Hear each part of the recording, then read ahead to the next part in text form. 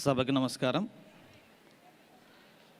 నేటి సమావేశానికి ముఖ్య అతిథిగా విచ్చేసిన గురుతుల్యులు అప్పల్ల ప్రసాద్ గారికి,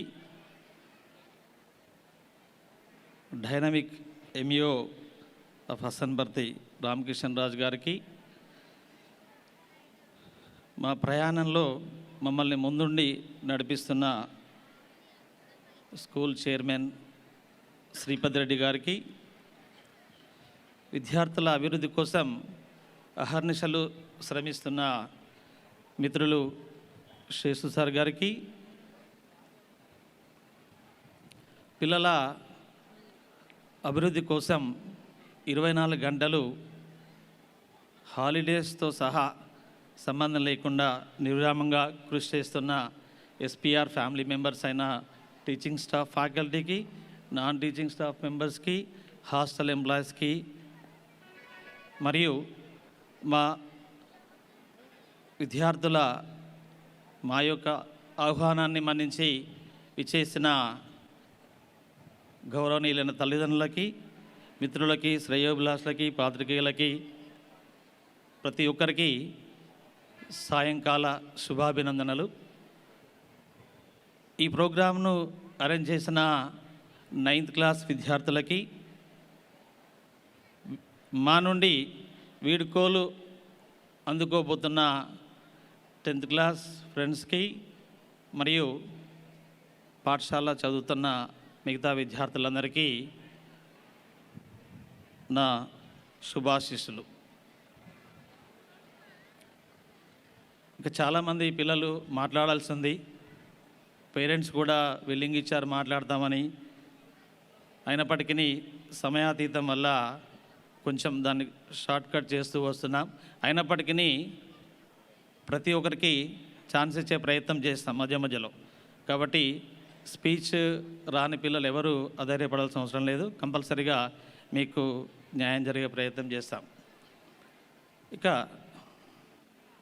మా ఎస్పీఆర్ స్కూల్ జర్నీ చూసినట్టయితే 2009లో కరెక్ట్ రేపటి దినం ఫిబ్రవరి 12 రోజు ఈ స్కూల్కి శంకుస్థాపన చేయడం జరిగింది. 135 మంది పిల్లలతోటి 2009లో ఒక రెంటెడ్ బిల్డింగ్లో ప్రారంభించబడి ఈ 15 సంవత్సరాల జర్నీలో ఒక సొంత భవనంలో 1400 మంది పిల్లలతోటి ఈరోజు ఈ కార్యక్రమాన్ని నిర్వహిస్తున్నామంటే మా వెనుక ఉండి నడిపిస్తున్న తల్లిదండ్రులకి, శ్రేయోభిలాషులకి మా ఎస్పీఆర్ ఫ్యామిలీ తరఫున ధన్యవాదాలు తెలుపుతున్నాం. జనరల్గా పేరెంట్స్ సైకాలజీ ఎట్లా ఉంటుందంటే, గ్రామాల్లో ఉన్నవాళ్ళు తాలూకాలో చదవాలి, తాలూకాలో ఉన్నవాళ్ళు జిల్లాలకు వెళ్ళాలి, జిల్లాలో ఉన్నవాళ్ళు రాష్ట్ర క్యాపిటల్లో చదవాలని. అయినప్పటికీ కానీ మా పాఠశాలలో దాదాపు తెలంగాణలో ఉన్న ప్రతి జిల్లాల నుంచి పిల్లలు ఇక్కడ చదువుతున్నారు. హైదరాబాద్ క్యాపిటల్ నుంచి దాదాపు 65 మంది పిల్లలు ఈ స్కూల్లో ఇప్పుడు ప్రజెంట్ చదువుతున్నారు. దాదాపు ఒక 30 మంది పేరెంట్స్ నాకు ఇప్పుడు కనిపించారు, ఈ ప్రోగ్రాంకి వచ్చారు. ఆదిలాబాద్ అవతల ఊట్నూరు ఎక్కడి నుంచో, అంటే నియర్ బై ఇక్కడికి 300 పైగా కిలోమీటర్లు. ఆ 300 కిలోమీటర్లు దాటే క్రమంలో పేరెంటు ఎన్నో జిల్లాలు దాటుతూ ఉన్నాడు, ఎన్నో స్కూళ్ళను దాటుతూ ఇక్కడికి వస్తున్నాడు. కానీ మేము ఇంతవరకు ఏ పేరెంట్కి ఒక పిఆర్ఓని పెట్టి అడ్మిషన్ అడిగిన రోజంటూ చరిత్రలో లేదు. ఒక పాంప్లెంట్ రిలీజ్ చేయలేదు, పేపర్ యాడ్ ఇవ్వలేదు, అడ్మిషన్ కావాలని అడగలేదు. అయినప్పటికీ ఈ విధమైన ప్రోత్సాహం మీ నుండి లభిస్తుంది అంటే పాఠశాలలో ఒక చదువ, దాంతోపాటు ఇంకా ఏం చేస్తే పిల్లల అభివృద్ధి జరుగుతుంది అనే ఒక కోణంలో ఏర్పడ్డ విద్యాసంస్థనే ఈ ఎస్పీఆర్ పాఠశాల. ఈ రోజుల్లో ప్రతి ఒక్కరికి ఇంతకుముందు చాలాసార్లు చెప్పాను, మార్క్స్ మెసేజ్ చేయాలి, 10 పాయింట్స్ తెప్పించాలి, ఇవి చాలా కోరికగా ఉంటాయి. పేరెంట్ అడ్మిషన్కి వచ్చినప్పుడు నేను ఫస్ట్ చెప్పే ముచ్చట అదే, మా స్కూల్లో మా నుంచి అయితే ప్రోగ్రెస్ రిపోర్ట్ అనేది మీకు రాదు, మార్క్స్ మెసేజ్ రావు, 10 పాయింట్స్ మీద ఆశ పెట్టుకుంటే ఈ స్కూలుకు అవసరం లేదు సార్ అని. ఎందుకు అంటున్నామంటే, ఇంతకుముందు మా చైర్మన్ సార్ కూడా ఇదివరకు స్కూల్ నడిపినప్పుడు ఒక నోటీస్ బోర్డులో ఒకటి ఉండేది, మీ పాఠశాల పిల్లలకి సిలబస్ కంప్లీట్ కావాలంటే ఈ స్కూల్కు రానవసరం లేదు, 10th క్లాస్లో పాస్ కావాలంటే కూడా ఈ స్కూల్కు రానవసరం లేదు అన్న క్యాప్షన్ పెట్టి 20 సంవత్సరాలు అదే పాఠశాలలో అద్భుతమైన ఫలితాలతో పాఠశాల రన్ చేస్తాం. ఇది ఎలా జరుగుతుంది అంటే, ఈ రోజుల్లో ఉన్న విద్యా వ్యవస్థ కొంచెం ఇబ్బందికరం. అంటే డయాస్ మీద మా ఎంఈఓ గారు ఉన్నారు, ఏమనుకోవద్దు. ఎందుకంటే గవర్నమెంట్కి ఎట్లా ఉంటుందంటే, పిల్లలందరూ పాస్ అయిపోవాలి, క్లాసులు అటెండెన్స్ ఉంటే చాలు, పాస్ చేసే సిస్టమ్ ఈ రోజుల్లో ఉంది. అట్లా పిల్లలు క్లాస్ మారుతూ పాస్ అవుతూ వస్తున్నారు. వాళ్ళ అకాడమిక్ స్టాండర్డ్తో సంబంధం లేకుండా ఏప్రిల్ దాటింది అంటే పిల్లవాడు క్లాస్ మారుతూ ఉన్నాడు. 7th నుంచి 8th వస్తున్నాడు, 8th నుంచి 9th వస్తున్నాడు. ఆ వచ్చే క్రమంలో పిల్లవాళ్ళకి కనీసము ఆలు రావు, అడిషన్ సబ్ట్రాక్షన్ కూడా రాదు. అట్లాంటి పిల్లలు స్టిల్ మాకు జూన్లో దాదాపుగా 9th క్లాస్లో 80 మంది ఉన్నారండి. జూన్లో ఈ స్కూల్కు ఒక అడ్మిషన్ పెట్టి టెస్ట్ పెట్టి అడ్మిషన్ ఇచ్చే కల్చర్ అనేది లేదు. మీ పిల్లవాడు 0 స్టేజ్లో ఉన్న అడ్మిషన్ ఇస్తాం, మీ వాడికి 100కు 100 మార్కులు వచ్చినా మేము ఫీ కన్సెషన్ ఇవ్వం, ఇచ్చేంత ఇస్తాం. అట్లాంటి బేస్ మీద నడుస్తుంది. అంటే మా దగ్గరికి నమ్ముకొని వచ్చిన ప్రతి పేరెంట్కి ప్రతి పిల్లవాడికి న్యాయం చేయాలి. వాడి మినిమం స్టేజ్ ఏది ఉంది, దానిలో మనం ఎంతవరకు చేయగలుగుతాం అనేది ప్రతి ప్రయత్నం చేస్తూ, వచ్చిన వాళ్ళకే చదువు చెప్పడం అనేది గొప్ప కాదు. ఖచ్చితంగా ఐఐటి వచ్చే పేరెంట్ కనుక లేదా 10 పాయింట్స్ వచ్చిన పేరెంట్ ఉంటే వాళ్ళ సైకాలజీ జనరల్గా ఎట్లా ఉంటుందంటే, మావాడు కష్టపడితే వచ్చిందని. అదే లో లెవెల్ పిల్లవాడిని కనుక మీరు యావరేజ్ పాస్ అయ్యే స్టేజ్ తీసుకొచ్చినట్టయితే వాళ్ళ జీవితంలో మమ్మల్ని మర్చిపోరు. అది నమ్మి ఒక కొత్త కరికులం తోటి ఈ స్కూల్ నడిపిస్తున్నాం. అడ్మిషన్ రికార్డ్ ప్రకారం మాత్రం క్లాస్ మారుతూ ఉంటుంది, కానీ పిల్లవాళ్ళ స్టాండర్డ్కి అనుగుణంగానే కరికులం అనేది డిసైడ్ అవుతుంది ఇక్కడ. For example 8th class children ఉన్నాడు, ఆ పిల్లవాడికి అడిషన్ సబ్ట్రాక్షన్ రాదు, వాళ్ళు రావు, రెగ్యులర్ సిలబస్ పక్కన పెట్టి వానికి అడిషన్ సబ్ట్రాక్షన్ నేర్పించడము, బేసిక్ వాళ్ళ కాంచెలు చెప్పడం అనేది ఒక సెక్షన్కి ఉంటుంది. అదే 8th క్లాస్లో అద్భుతమైన ప్రతిభ ఉన్న పిల్లవాడు ఉంటాడు, వాడి స్టాండర్డ్కి అనుగుణంగా వానికి 10th ఇంటర్ నాలెడ్జ్ కూడా అందిస్తున్నాం. అంటే వాడి అకాడమిక్ స్టాండర్డ్కి అనుగుణంగా టీచింగ్ చేసిన క్రమంలో ఆ పిల్లవాడికి కూడా ఏదైతే లెవెల్ నుంచి చెప్తున్నామో ఆ లెవెల్ నుంచే పిల్లవాడు రిసీవ్ చేసుకునే కెపాసిటీ ఉంటుంది. కాబట్టి ప్రతి పిల్లవాడిలో డెవలప్మెంట్కి అవకాశం అనేది జరుగుతూ ఉంది. దీనివల్ల అద్భుతమైన ఫలితాలు రాణిస్తున్నాం. మామూలుగా పిల్లవాడు బేసిక్స్ నేర్చుకున్న తర్వాత మిగతా సిలబస్ని ఆటోమేటిక్గా చాలా ఫాస్ట్గా ఇంప్రూవ్ చేసుకుంటున్నాడు. ఇది ఈ 15 సంవత్సరాల్లో ఈ స్కూల్లో జరుగుతున్న ఒక అకాడమిక్ కరికులం. అయితే ఈ చదువు అనేది పిల్లవాడికి ఒక 60 to 70% మాత్రమే, 100% చదువు అని మాత్రమే మనం. మిగతా 30% పిల్లవాడికి ఆల్రౌండ్ డెవలప్మెంట్గా ఉపయోగించే అన్ని కార్యక్రమాలు ఈ పాఠశాలలో చేస్తున్నాం. అంటే పిల్లవాడు మార్నింగ్ 6 o'clock నుంచి ఈవినింగ్ 9 దాకా క్లాస్లో స్టడీ అవర్లో ఏదో యాక్టివిటీ ద్వారా పిల్లవాడు క్లాస్ రూమ్లో ఉంటుండు, హాస్టల్ కాబట్టి. అంటే పొద్దున్న నుంచి సాయంత్రం వరకు కొంత నెగటివ్ ఎనర్జీ అనేది వస్తూ ఉంటుంది. అది బయటికి పోవడానికి, మళ్ళీ రీజనరేట్ కావడానికి రకరకాల యాక్టివిటీస్ అనేది ఈ స్కూల్లో చేస్తున్నాం. అది యోగా కావచ్చు, మెడిటేషన్ కావచ్చు, సాటర్డే బాలసభ యాక్టివిటీస్ కావచ్చు, సండే ఎక్స్ట్రా గేమ్స్ కావచ్చు, అన్ని రకాల ఫెస్టివల్స్ కండక్ట్ చేయడము, యాక్టివిటీస్, ఫీల్డ్ ట్రిప్స్, ఎక్స్కర్షన్స్, ఇట్లాంటివన్నీ చేయడం వల్ల పిల్లవాడిలో చదువు పట్ల ఆసక్తి, అభిరుచి అని పెరుగుతూ ఉన్నది. ఇంతకుముందు ప్రిన్సిపల్ సార్ చెప్పాడు ఎక్స్కర్షన్స్ అని. చాలామంది ఒక ఫ్యామిలీతో ఒక టూర్కి వెళ్తే ఎన్నో జాగ్రత్తలు తీసుకొని 10 రోజుల ప్రయాణానికి 10 రోజులు ఆలోచించాలి. అట్లాంటిది మేము ఈ ఇయర్ దసరా సెలవులలో 10th క్లాస్ 200 మంది చిల్డ్రన్ నార్త్ ఇండియాకి 11 days ట్రిప్ తీసుకెళ్ళాం. ఢిల్లీ, ఆగ్రా, మధుర, కులు, మనాలి, అమృత్సర్, వాగా దాకా తీసుకెళ్ళాం. ఏ చిన్న ఇబ్బంది లేకుండా మళ్ళీ పిల్లలు తీసుకొచ్చాం. అంటే ఒక కరెక్ట్ ప్లానింగ్ తోటి తీసుకెళ్ళడం, పిల్లవాళ్ళకి కావాల్సిన అవసరాలన్నీ తీర్చడం, వాళ్ళు ఈ ఇయర్ అంతా పడ్డ శ్రమను రిలాక్స్ కావడానికి, వాళ్ళ జీవితంలో కొన్ని మధురానుభూతులు, వాళ్ళ ఫ్రెండ్స్తో గడిపిన మధురానుభూతులు జీవితాంతం గుర్తుంచడానికి ఇటువంటి యాక్టివిటీస్ అన్నీ చేస్తూ ఉన్నాం. వీటి వల్ల పిల్లల్లో మంచి డెవలప్మెంట్ అనేది జరుగుతూ ఉంది. దీంతో పాటుగా ఈ రెండు అకాడమిక్ అటు యాక్టివిటీస్ చేయడం వల్ల పిల్లల్లో 100% మంచి గుడ్ క్వాలిటీస్ డెవలప్ కావడం అనేది జరిగింది. దానికి నిదర్శనం ఇంతకుముందు మధ్యాహ్నం మనం 2 నుంచి 6 దాకా ఒక పాదపూజ కార్యక్రమాన్ని నిర్వహించుకున్నాం. అంటే పిల్లల్లో ఏ విధమైన వాల్యూస్ డెవలప్ అవుతున్నాయనేది మీరు దయచేసి అబ్జర్వ్ చేయండి. ఎట్ ది సేమ్ టైం వాళ్ళు బయటికి వెళ్ళిన తర్వాత వచ్చే రిజల్ట్స్ని అబ్జర్వ్ చేయండి. ఎవ్రీ ఇయర్ ఈ స్కూల్ నుంచి ఒక 10 to 15 ఐఐటీస్ వస్తున్నాయి, ఒక 30 to 40, 50 వరకు ఎన్ఐటీ సీట్లు వస్తున్నాయి, 10-15 మెడికల్ సీట్లు వస్తున్నాయి. ఈ స్కూల్లో ఇప్పటి వరకు దాదాపుగా ఒక 20 పైన CA కంప్లీట్ చేసిన పిల్లలు ఉన్నారు. నియర్ టు ఒక 60-70 మంది ఐఐటీస్ సాధించిన వాళ్ళు ఉన్నారు. ఇది ఎలా సాధ్యమవుతుందంటే దీనిలో వేరే సీక్రెసీ ఏం లేదు, ఓన్లీ ఇప్పుడు చెప్పిన వాటి వల్ల. కాకపోతే ఇక్కడ చెప్పే ఈ కరికులంని ఇంప్లిమెంట్ చేయాలి అంటే దానికి తగ్గ స్టాఫ్, ఎక్సలెంట్ స్టాఫ్ ఉండాలి. ఎందుకు అంటే ఒక 8th క్లాస్లో 8 సెక్షన్లు ఉంటే 8 రకాల పిల్లలు ఉన్నారు. 8 రకాల కరికులం డిజైన్ చేయాలి, 8 రకాల టీచింగ్ చేయాలి.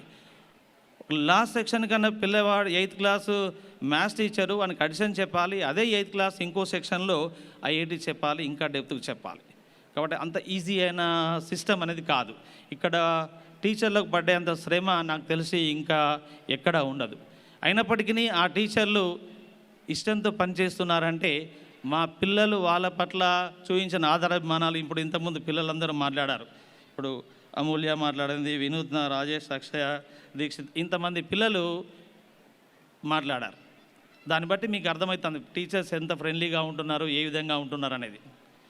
ఈ ప్రోగ్రామ్ను సక్సెస్ చేయడానికి ఎంతమంది టీచర్లు మీతో ఇన్వాల్వ్ అయినా మీరు అబ్జర్వ్ చేయండి. మీరు భోజనం చేసే కాడ టీచర్లే, డ్యాన్స్ ప్రాక్టీస్ కాడ టీచర్లే, యాక్టివిటీస్ కాడ టీచర్లే, ఎక్కడున్న టీచర్లే, వాళ్ళందరూ ఇది నా కార్యక్రమం, దీన్ని సక్సెస్ చేసుకోవాలని ఒక భుజస్కంధాల మీద వేసుకొని ఇట్లాంటి యాక్టివిటీస్ ఎన్నో చేస్తూ ఉన్నారు. వారందరికీ SPR ఫ్యామిలీ తరఫున అభినందనలు. అట్లాగే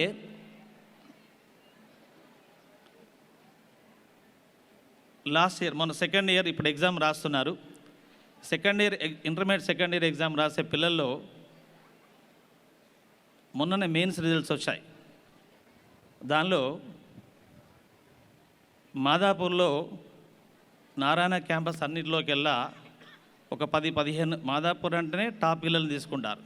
అందులో ఒక 10-15 క్యాంపస్లు అన్నిటి మీద కలిపి మన SPR స్టూడెంట్ సెకండ్ ర్యాంక్ సాధించడం జరిగింది, యువన్ రాజ్ అని, ములుగు మల్లంపల్లి నుంచి.